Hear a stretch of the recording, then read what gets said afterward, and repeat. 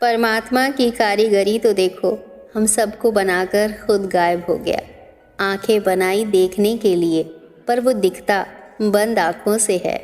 बारिश इसलिए भी होती है ताकि जिन पौधों को कोई पानी नहीं देता वो जीवित रह सकें। ईश्वर की अवधारणा भी इससे अलग नहीं है।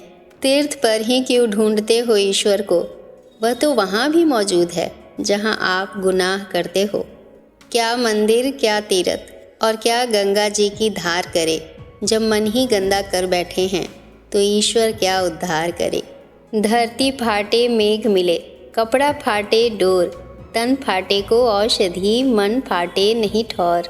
जब धरती फटने लगे यानी दरारें पड़ जाएं, तो मेघों द्वारा जल बरसाने पर दरारें बंद हो जाती हैं, और वस्त्र फट जाए तो सिलाई करने पर जुड़ जाता है। चोट लगने पर तन में दवा का लेप किया जाता है, जिससे शरीर का घाव ठीक हो जाता है, किंतु मन फटने पर कोई औषधि या उपाय कारगर सिद्ध नहीं होता।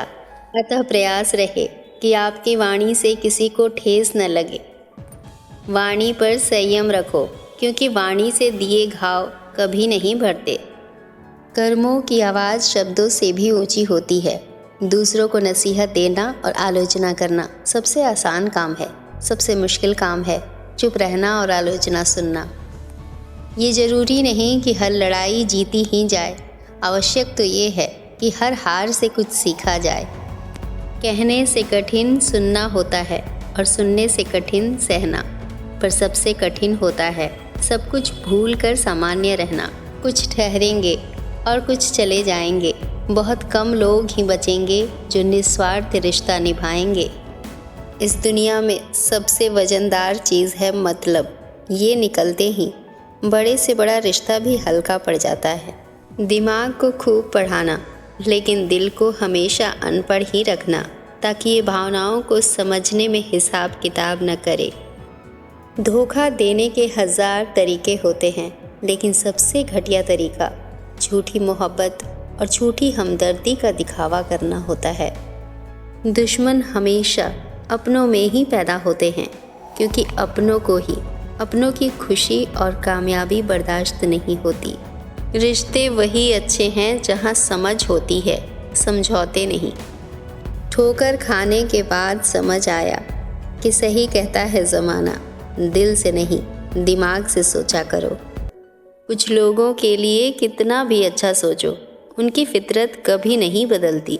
रिश्तों में समझदार बनो, वफादार बनो, असरदार बनो, पर दुकानदार मत बनो। मूर्ख को मत सुधारो, वो आपसे विरोध करेगा। किसी समझदार को सुधारो, वो आपका एहसान मानेगा। बुराई के लिए बुराई लौटाने में कोई पाप नहीं है, क्योंकि दुष्ट आदमी को उसकी ही मुद्रा में भुगतान करना आवश्यक है।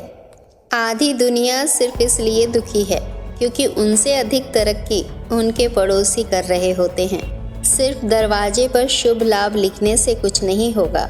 शुभ विचार रखिए, अपने लिए भी और दूसरों के लिए भी, फिर लाभ ही लाभ होगा। इज्जत और तारीफ मांगी नहीं जाती, कमाई जाती है।